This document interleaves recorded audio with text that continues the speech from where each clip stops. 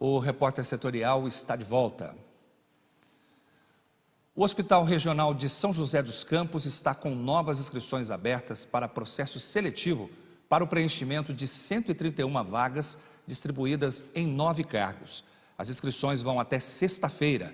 Entre as oportunidades disponíveis estão vagas para cargos de técnico de enfermagem, técnico de aparelho gessado, técnico de farmácia, lactarista, fonoaudiólogo, farmacêutico clínico, enfermeiro de TI, técnico de enfermagem de centro cirúrgico e auxiliar administrativo, que oferece a vaga para portadores de necessidades especiais. Os salários variam entre R$ 1.250 e R$ 2.800. Os interessados devem ir até a unidade na Rua Goiânia 345, no Parque Industrial. 13 unidades da Universidade Virtual oferecem mais de 1.000 vagas para cursos distribuídos em 13 cidades da região do Vale do Paraíba. As inscrições podem ser feitas até o dia 19 de junho. A repórter Thaís Orlovic tem mais informações. A Universidade Virtual de São Paulo está oferecendo 1.700 vagas para 5 cursos à distância, que são eles: Engenharia de Computação, Engenharia de Produção, Pedagogia, Licenciatura em Matemática e também Tecnologia em Gestão Pública. Esses cursos são reconhecidos pela USP e a Unicamp e as inscrições devem ser feitas online até o dia 19 de junho. As unidades dos municípios de Tremembé, Bananal, Campos do Jordão, São José dos Campos e Taubaté são algumas das 13 cidades que estão oferecendo esses cursos. E, de acordo com a instituição, não é necessário morar na cidade para se inscrever. A taxa é de R$ 45 e as provas serão aplicadas no dia 8 de junho e as aulas estão previstas para iniciar em agosto. De Taubaté, Thaís Orlovic para o Repórter Setorial. A Prefeitura de Pindamonhangaba vai realizar no próximo sábado a vacinação contra a influenza em 2 pontos da cidade, na Praça Monsenhor Marcondes e no Centro Integrado de Saúde e Assistência Social, em Moreira César. A campanha foi prorrogada até o dia 15 de junho. As doses vão estar disponíveis na Praça Monsenhor Marcondes, das 7 às 5 da tarde, e no CISAS, em Moreira César, a partir das 8 horas da manhã. Quem vai contar para a gente sobre esse evento que vai acontecer no sábado é o Rafael Lamana, que é o coordenador da Vigilância Epidemiológica e Sanitária aqui de Pinda. Rafael, nesse sábado a vacina vai estar disponível para todo mundo ou é só para quem faz parte do grupo prioritário?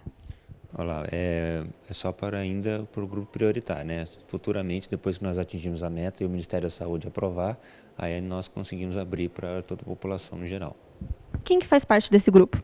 São as mulheres gestantes, mulheres puérperas, né, que tiveram filhos até 45 dias, os idosos, as crianças menores de 6 meses a menores de 5 anos de idade, indígenas e os professores. Quem não tomar vacina nesses dias pode procurar a dose quando e aonde?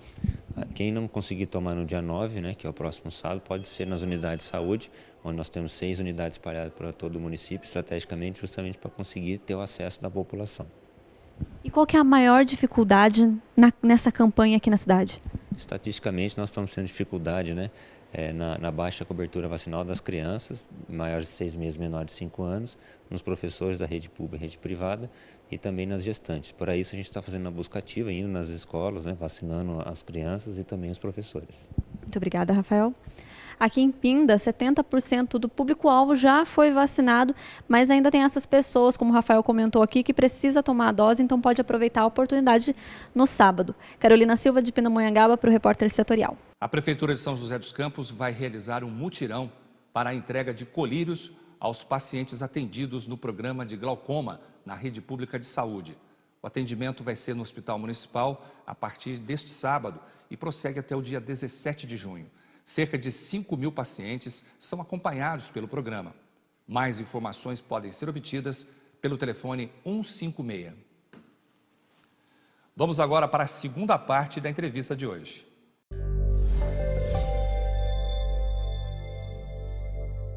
Geração canguru, geração nem. Esse é o nosso assunto de hoje. Já vimos no primeiro bloco que geração canguru geralmente é aquele pessoal que já tem um pouco mais de idade, né? E que está aproveitando o momento para fazer lá sua pós, aprimorar o conhecimento, ficando na aba dos pais. E o nem é aquele que realmente, por algum motivo, talvez até algum tipo de dificuldade mental, ou talvez por bullying, né? Resolve não ir mais para a escola, fica em casa, não trabalha, não estuda, é só no joguinho. Requer tratamento isso, Carol? Esse fenômeno, né, chamado geração canguru, ele não acontece só aqui no Brasil, não. Então, é mundial, é muito geral. Então, a gente pensa assim, países como Canadá e Estados Unidos também vêm estudando essa questão do filho canguru. A gente percebe, inclusive, que quanto mais rico o país, mais cresce a geração canguru. Cresce a geração canguru. Em alguns países, eles recebem apoio para isso, né? Então, assim, não, realmente é positivo ficar Bolsa. na casa. Não, apoio. Apoio dos pais. Apoio, dos pais. Tem psicólogos que defendem que é bacana essa geração canguru, porque eles saem preparados, né? Não tem crítica em relação a isso. E quando a gente para pensar, se existem filhos cangurus, existem pais cangurus.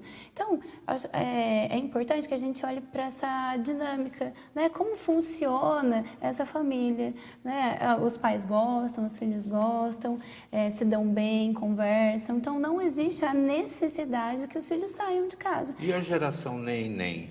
É preciso realmente dar algum acompanhamento psicológico ou eles vão se acertando ao longo do tempo? Isso vai depender de cada situação, se os pais se incomodam, se os pais não se incomodam, porque muitas vezes a situação ali da família está cômoda para todo mundo, tanto para os pais quanto para os filhos. Aí não vai necessariamente precisar de um apoio psicológico. Agora, se aquele adolescente, né, que está em casa, ele não trabalha e não estuda por uma questão emocional, porque ele tem uma trava, porque ele tem algum problema de se envolver socialmente, aí seria legal um acompanhamento psicológico para poder desenvolver isso. Vocês que são profissionais do ramo acreditam que possa haver o facilitador desse processo? Em que sentido de facilitador? De dar facilidade, olha, deixa ele quieto, não vai lá, não mexe, deixa ele lá e tal, parará, e isso vai agravando uma tendência? Não sei se seria um facilitador, mas talvez uma outra pessoa que tenha um olhar de fora que possa auxiliar aquela família a entender aquela dinâmica e se aquela dinâmica é funcional ou não para eles. Bom, no caso, que tipo de orientação você daria se fosse procurado por um canguru e por um nem? Na questão do canguru, a primeira questão é, estão felizes? Estão satisfeitos com a situação? Porque vem sendo estudado essa geração e esses filhos, eles não são considerados um fardo para os pais. Sim, um troféu. É prazeroso para os pais verem que os filhos estão tendo sucesso profissional, que estão estudando e que é fruto do trabalho deles enquanto pai, né? O canguru eu até concordo contigo, mas e o nem, que fica ali meio parasitário, né? No caso, não existem situações de abuso da boa vontade dos pais? Então, em alguns casos pode até existir, mas aí vai ter que ser analisado caso a caso. Muitas vezes o pai também vê como uma coisa boa, tipo assim, volta a filha, de repente ela saiu, casou, mas ela voltou para casa junto com uma neta. E aí os pais gostam dessa proximidade e acham que aquele é o papel da filha, é o momento dela de ficar em casa e cuidar dos filhos. E aí eles não veem como uma... Alguns casos, né, do neném, da geração neném, a gente pode perceber que existe uma relação de compensação, né? Muitas vezes, em alguns momentos, os pais deixaram ou se sentem culpados pela situação do filho e aí entra nessa questão que você está falando. Abuso da boa vontade. Né? Então, eu vou permitindo cada vez mais como uma dinâmica relacional mesmo. Né? Eu conheço um caso de compensação assim, ó, pelo menos não está na rua usando drogas. Sim. Conhecemos vários. Sim. E aí, nesse caso, o que a gente deve orientar? A gente pode orientar que não precisa ser nem um extremo e nem outro extremo. Existem dinâmicas entre essas duas linhas, né? Ele não precisa nem estar na rua usando drogas e nem estar em casa não fazendo nada, como é sempre a reclamação. Mas ele pode trabalhar, começar a se sustentar, começar a criar a sua própria autonomia para depois conseguir a sua própria vida.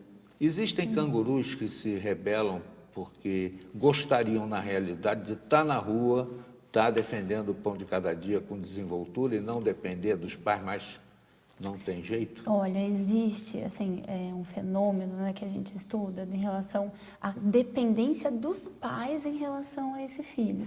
Então, esse filho, muitas vezes, ele quer sair, ele tem condição, mas devido a, às vezes, chantagens emocionais e... Pais doentes, idosos. Pais também. Às vezes, assim, em consultório, a gente percebe que quando os filhos ameaçam alçar voo, os pais adoecem, os pais...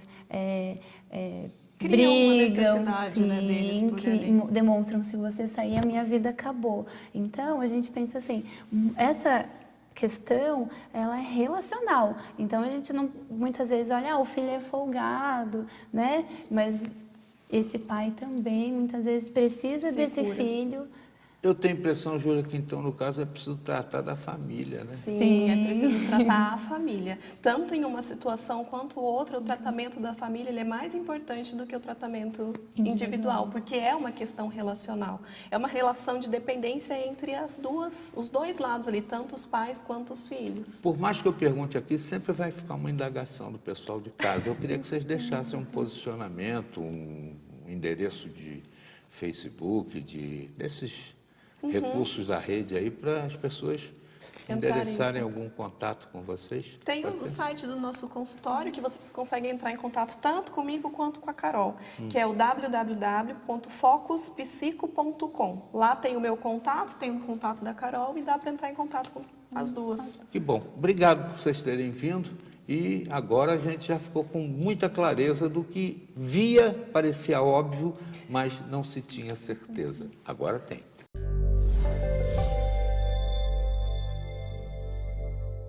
A seguir, investimentos. Este é o tema da segunda parte da reportagem especial sobre saúde financeira dos brasileiros.